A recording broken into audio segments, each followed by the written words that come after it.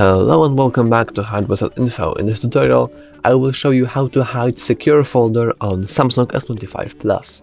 Let's begin. First, we want to go into our secure folder, and as you can see, we can clearly see that here, but we'll soon hide it. So after we are in our secure folder, we simply click those three dots here, not search, but three dots, and click settings.